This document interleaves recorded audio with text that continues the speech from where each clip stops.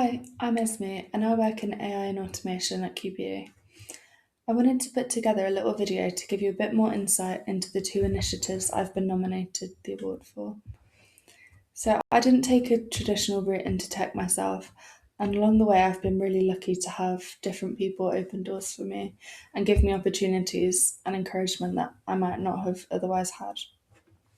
So, for me, I feel like getting involved in these two projects has been a way of trying to pay that forward a little bit, hopefully helping other people find their way into tech or even just feel a little bit more confident with it, the way that I was helped. So, first up, our Women in Tech Schools programme. Every year, we invite year 8 and 9 girls into our office for a day exploring different careers in tech beyond just coding, robotics, roleplay, real conversations with people in the industry. I took on running this jointly with my colleague at the start of 2025.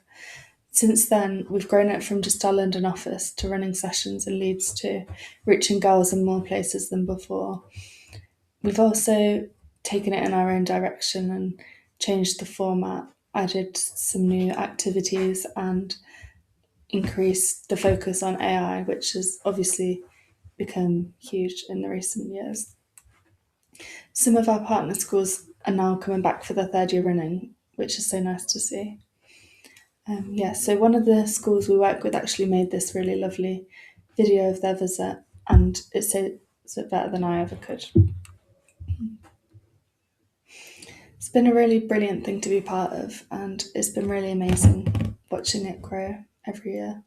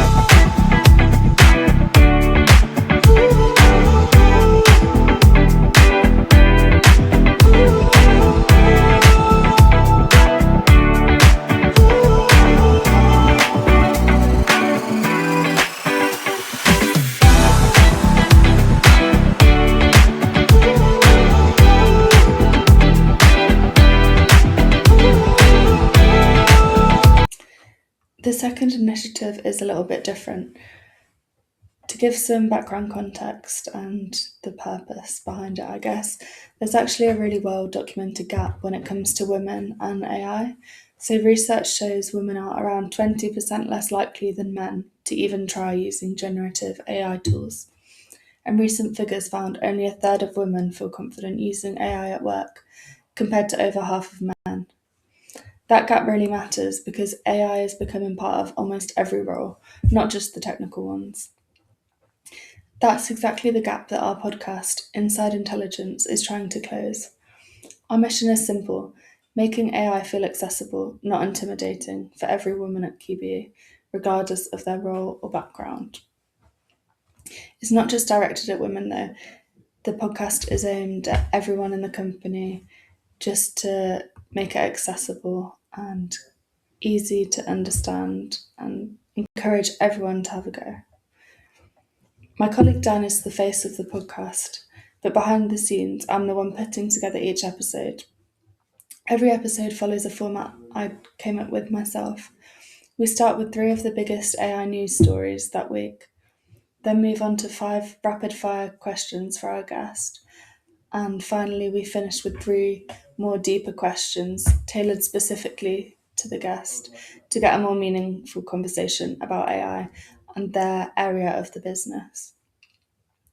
We've made a real effort to platform women's voices and perspective through our guests, from our Chief People Officer talking about the future of work to colleagues in cybersecurity, Copilot, and ventures, all bringing a different angle on how AI is showing up in their world.